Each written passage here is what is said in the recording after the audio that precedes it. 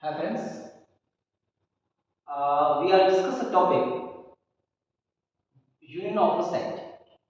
Union of a set is a topic on a Bachelor of Computer Application semester first from the Gurup University unit first.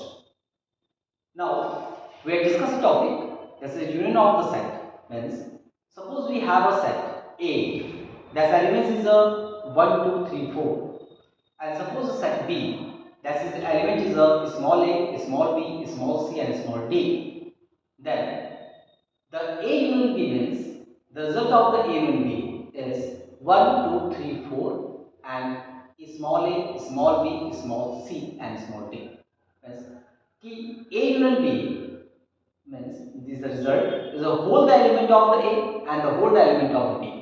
Either clear concepts?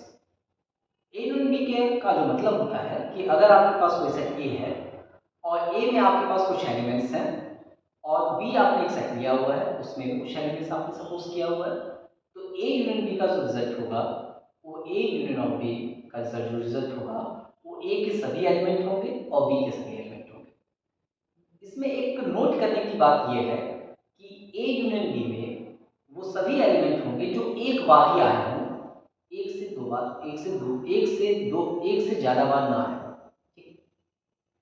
हमारे पास जो topic है, जो statement है, वो कहता है the union of the set A and B are given by A union of B and is a set of those element which either are in A or B or both A and B. Clear? Thus A union B is in S as the X is element of A and X is the element of B. Means जो X का element होगा वो A का भी element होगा और B का भी एलिमेंट होगा। तो X is element of A union B। अगर X A यूनियन B दोनों का एलिमेंट है तो X A का भी एलिमेंट होगा, X B का भी एलिमेंट होगा। मींस कॉमन एलिमेंट्स भी उसमें दिए जाते हैं।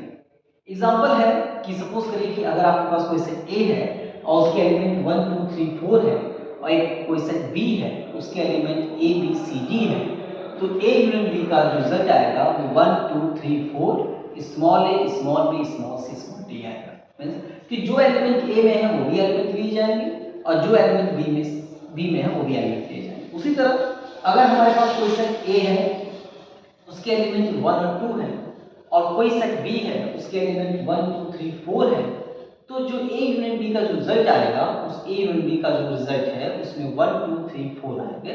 क्योंकि इसमें A और B ऑलरेडी एक बार हैं और यहाँ पर भी है कॉमन पार्ट है, तो कॉमन पार्ट भी ले जाते हैं और जो कॉमन पार्ट नहीं है वो भी ले जाते हैं।